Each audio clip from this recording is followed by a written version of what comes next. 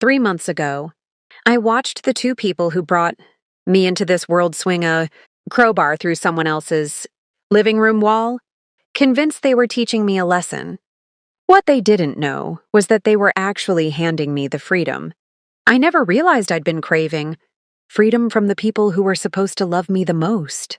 My name is Harper Lane, and this is the story of how I learned that sometimes the most toxic people in your life share your last name. Before we go any further, listen carefully, because this next part is your 15-second wake-up call. If you've ever felt guilty for choosing your peace over your bloodline, if you've ever been made to feel selfish for protecting your future, or if someone has ever called you ungrateful for refusing to be their personal bank, then please, don't you dare stop listening. This story might help you choose yourself the way I finally did. And before you leave, hit that like button, drop a comment with the word freedom, and share this video with someone who needs to hear it now. Let's rewind to where everything truly began. It started with $138,000 and a family dinner that cracked my world wide open. But to understand why that money nearly burned my life to the ground, you need to go back with me 5 years, when I was still naive enough to think family loyalty was unconditional. I was 29 then, living in a tiny Minneapolis studio that barely fit a bed, a desk, and my cat. Every morning for 4 years, I'd wake up staring at my ceiling, just 12 inches from my face, and remind myself why I was grinding so hard, why I was living off instant ramen, why I hadn't bought a new pair of shoes in 2 years, why my weekends were spent coding freelance projects instead of going out with friends. The answer was simple. I was building my way out. I had a dream with a hard price tag of $38,000. That was how much I needed to put down on the kind of home I'd always fantasized about, a 2-story craftsman tucked in a quiet Minnesota neighborhood, a place where the morning sun poured in like liquid honey and the evenings felt like safety. For 4 years, I saved every extra dollar. I gave up vacations, brunches, nights out.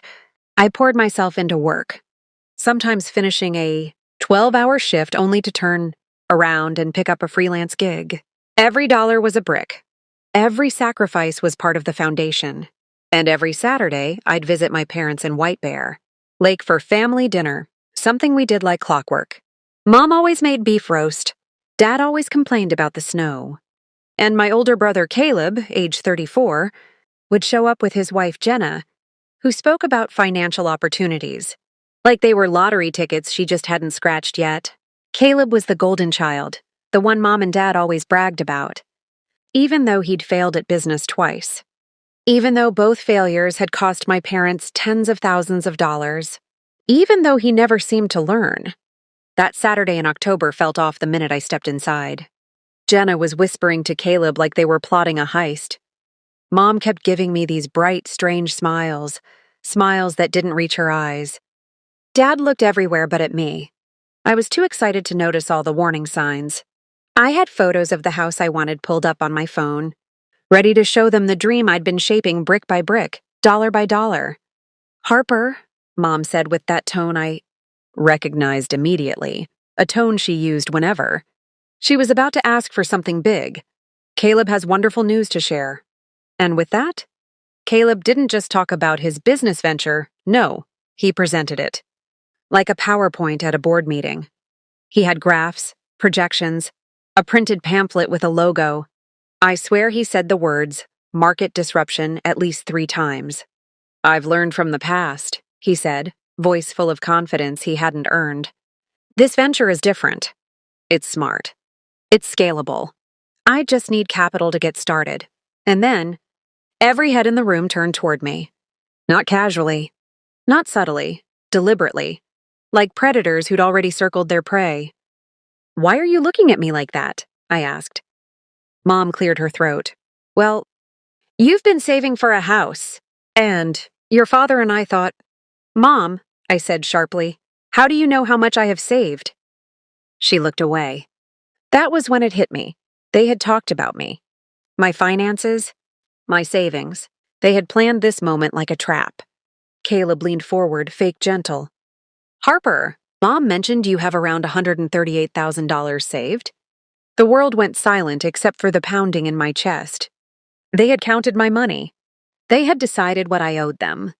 They didn't see me as family. They saw me as a funding source. No, I said immediately. I'm not investing my house money into your business. Caleb's smile dropped like a mask falling off. But if you help me, he insisted, I'll double your investment in 2 years. You could buy an even better house. I laughed, not because it was funny, but because it was insane. You failed twice, I said. Maybe it's time to stop trying to get rich without working. Boom. That did it. Caleb stormed out. Jenna called me selfish. And my parents, my own parents, turned on me like I'd burned down the family home. How could you be so heartless? Mom snapped. Caleb has more potential than you'll ever have. Dad delivered the fatal blow. If you don't help your brother, you are no longer part of this family. And just like that, everything I had believed about love, loyalty, blood, it all cracked. I stood. I walked, I left, and the next day I changed my number. 1 year later, I bought the house. The exact one. A 2-story dream with creaking floors that made it feel alive. I had peace. I had stability. I had a life that was finally mine. And then, 5 years passed without a word from them. 5 years of calm. 5 years of growth. 5 years where I met Elias, the man who showed me what real love felt like. Elias lived in Seattle. We met online in a professional networking group, bonded over our love of old architecture and bad coffee. He was gentle, patient, stable, everything. My family wasn't. We were planning a future together. I was even considering selling my house to move to Washington so we could start our next chapter. Life felt finally beautifully settled. Until one Tuesday morning, when an email popped up from an address I hadn't seen in a decade. Subject, Harper, it's urgent. Life and death. Please come home. The name below the message made my stomach twist. Mom, despite everything, despite the wounds, the betrayal, the silence, those 2 words, life and death, pulled me right back in.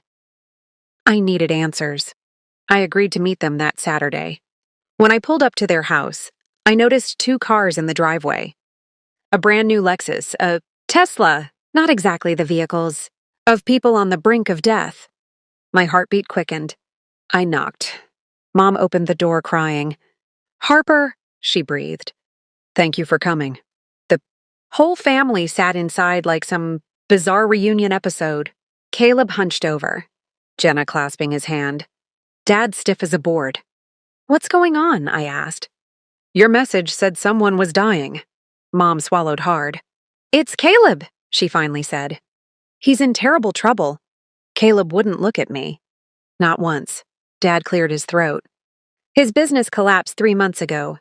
He owes money. A lot. How much? I asked. $165,000? Mom whispered. And the people he owes it to. They're dangerous. Jenna cut in dramatically. They've been calling nonstop. They know where we live. I exhaled slowly. That's awful, truly, but I still don't understand why I'm here. Mom reached for my hand. Something she hadn't done in years. Harper, we think you should sell your house to help your brother. The silence after that sentence was so loud it shook something inside me. I stared at them, stunned. You want me to sell the home I spent years saving for? Mom nodded. You're young. You can earn another one. Caleb's life is at stake. I laughed, sharp and humorless. You kicked me out of the family for not giving him money once? Now you want me to destroy my future to fix his mistake? Dad snapped. Family helps family. No, I said quietly. Family doesn't abandon you for 5 years. Family doesn't treat you like a bank. Family doesn't hire private investigators to track you down. We didn't. Mom started. Don't lie, I said. I saw the cars in the driveway. If you need money, maybe sell those. Jenna gasped. Those are for work. Then maybe work harder, I said. And for the first time in my life, I meant every word that followed. I'm not saving Caleb. He made his choices. He can face the consequences. Mom glared like she didn't recognize the woman standing in front of her. You'll regret this, Harper. No, I said. For the first time, I won't. and I walked out of that house. Forever, in the quiet glow of the following morning. The air around Willow Rest Valley felt different, as if the entire world paused to inhale before revealing its next secret. Ava Morgan stood near the edge of Lake Everline, her reflection trembling, on the surface like a memory deciding whether it wanted to stay or vanish forever. She had survived the impossible, uncovered truths buried deeper than the valley's oldest roots. And now the weight of those discoveries pressed on her chest with a steady, unrelenting rhythm. She closed her eyes for a moment, letting the cool breeze brush against her cheeks, reminding her that she was still here, still fighting, still standing. The chaos of the previous night replayed through her mind. The flicker of lanterns under the collapsing ridge, the echo of voices calling her name, the harsh crack of earth splitting open as if the mountain itself roared in warning. But underneath that noise lingered something quieter, something she couldn't quite understand, a whisper of purpose, a promise of unfinished business. And that was why she couldn't walk away yet, not when the truth was still only half spoken. As she wrapped her arms around herself, she sensed footsteps behind her, soft but deliberate. Turning, she saw Ethan Hale approaching, his dark jacket fluttering in the wind, his expression carrying the same exhaustion and determination. She felt burning inside her. Ethan was older than her by almost a decade, 38 to her 28, but hardship had carved the same intensity into both their faces. Couldn't sleep? He asked. Happened. The valley won't let us ignore it. And honestly, neither will our own conscience. Ava exhaled slowly. The journal changed everything. Ethan's jaw tightened.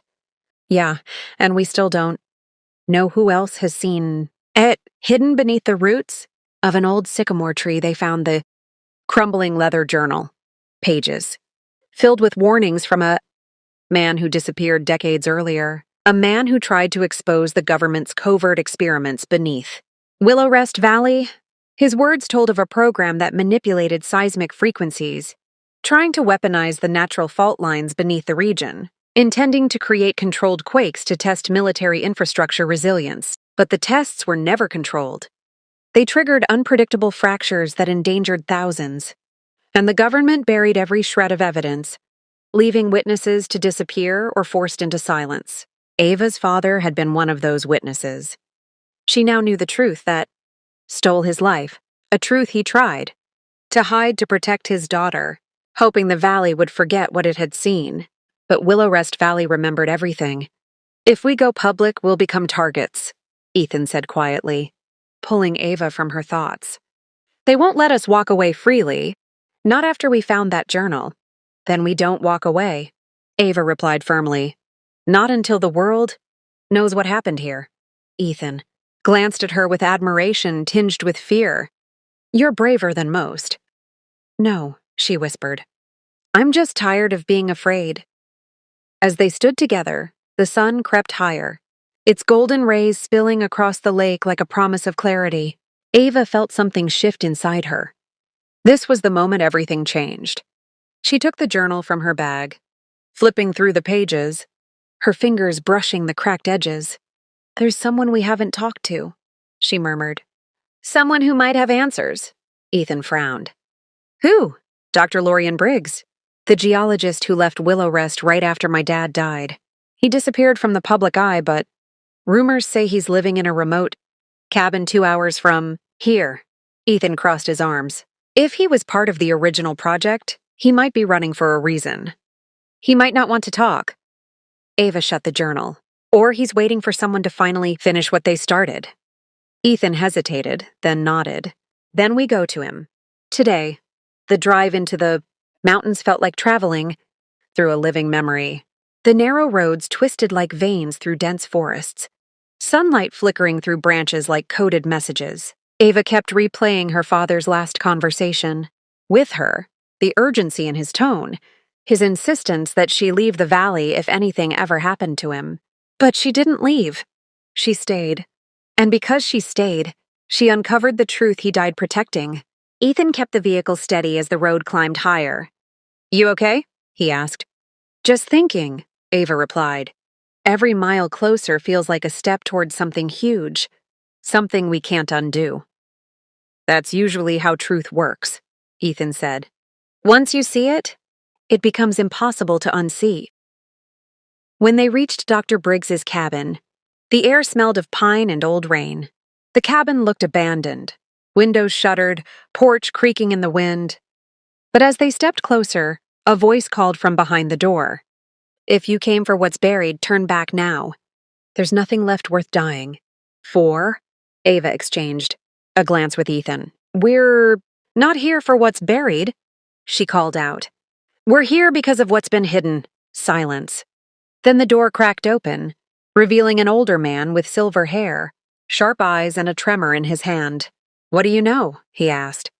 Ava held up the journal. Dr. Briggs's face drained of color. You shouldn't have brought that here. Then tell us why it exists, Ava insisted. Tell us what they're still hiding in Willow Rest Valley. Briggs stared at them for a long time before stepping aside. Come in. If you're brave enough to learn how deep this goes, I won't stop you. But understand, once you hear the truth, you'll be hunted same as I was. Inside, the cabin was cluttered with maps, seismic charts, and radio equipment. Briggs sat heavily in a chair, rubbing his temples. Your father tried to stop them, he said, looking at Ava. He found out they'd resumed the tests. New technology, bigger risks. He wasn't supposed to know. They silenced him before he could warn anyone. Ava's throat tightened. Then we expose them now. Briggs gave a humorless laugh. Expose them? You think they haven't erased every record, every witness, every trace? Ethan stepped forward. Maybe, but they didn't erase this journal. Briggs studied him carefully. And you're willing to risk your life for this? Some truths are worth the risk, Ethan replied. Briggs leaned back, closing his eyes for a moment before nodding. Then listen. There's something worse than what you know. He pulled out an old metal case and set it on the table. Inside were photographs, classified documents, and audio tapes. These, he whispered, are copies they never found. Ava's heart pounded. This is proof. More than proof, Briggs said. This is the blueprint of everything they've done and everything they still plan to. Ew, Ethan flipped through the documents. If this is real, we need to get it out. To journalists, to the public, someone who can't be bought or silenced. Briggs shook his head. You won't make it 10 miles with that evidence. They monitor every movement in and out of this region. They'll come for you long before you reach a city, but Ava wasn't afraid anymore. She felt a fire inside her, steady, fierce, unbreakable. Then we don't run, she said. We fight back. Briggs studied her with a mixture of sorrow and admiration. Your father would be proud. He always believed you'd grow strong enough to finish what he couldn't. Determined, Ava stuffed the documents into her bag. We're taking this to the world. Then you better leave now, Briggs warned. They'll already know you were here. As Ava and Ethan rushed back to the car, the hum of an approaching helicopter vibrated through the air. Ethan cursed under his breath. They found us. Ava tightened her grip on the bag. Let them come. We're not giving up. They sped down the mountain road, dust rising behind them in a stormy trail. The helicopter shadowed them overhead, its blades slicing the air like a threat. But Ava wasn't the girl she used to be, the one who lived in quiet fear. She was a force now, charged with truth, fueled by purpose.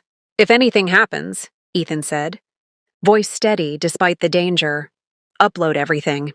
Don't hesitate. We're both making it out, Ava insisted. This story deserves the world's eyes, and we're going to make sure they see it. The helicopter dipped lower, but Ava leaned forward, voice rising with unshakable resolve. To everyone watching, listen carefully. Don't let this story die in silence. If you're hearing this right now, hit that like button, share this message, and leave your voice in the comments. Truth only wins when people stand behind it, and together we're unstoppable. This fight isn't just ours, it's yours too. Let's shake the world awake.